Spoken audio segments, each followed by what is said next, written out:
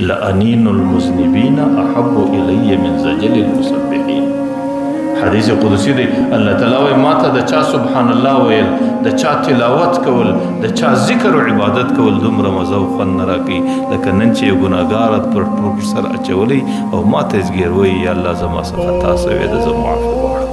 الله وایي ما ته دغه خوند راکوي د ګناهګار زګیر وایي الله تعالی ته ډېر محبوب وي. ځکه دا ورځې د صلح دي، دا ورځې د جوړې دي، دا ورځې د روغې دي. دا د خپل رب ته متوجه کېدل، خپل رب ته خپل عاجزي پیښول، د خپل رب سره د خپل تعلق قایمول او د خپلو ګناهو بخښنه غوښتل.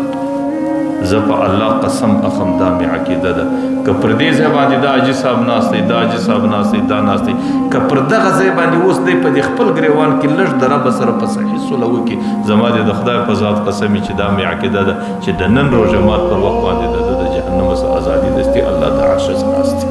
لیکن زه ظالم یم، صلح زه نه کوم، زه خپل رب ته نه متوجه کېږم. او چې کله زه نه یم تیار صلح ته، الله تعالی په انتظار دی لیکن زه صلح ته تیار نه یم، او د هغې باوجود بیا هم دا وایم چې الله تعالی ولې ماته سزا راکوي، الله تعالی ولې پر ما دا بدې ورځې راوستلې دي.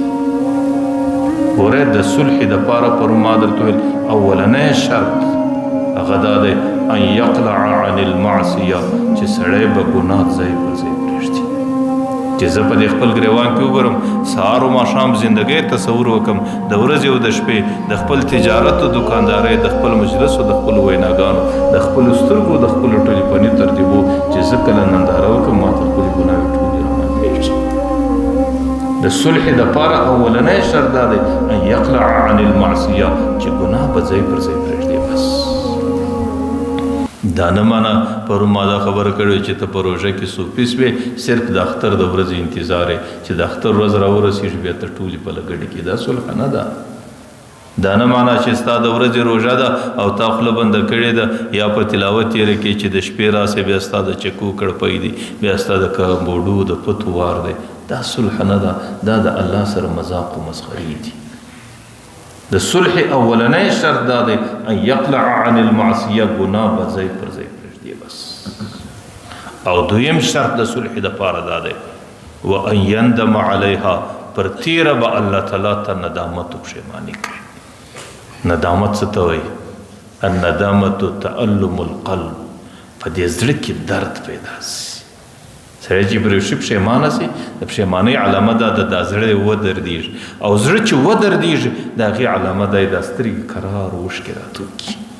دا د زړه د درد سکي دی چې زړه ودردېږي سترګه اوښکه کوي.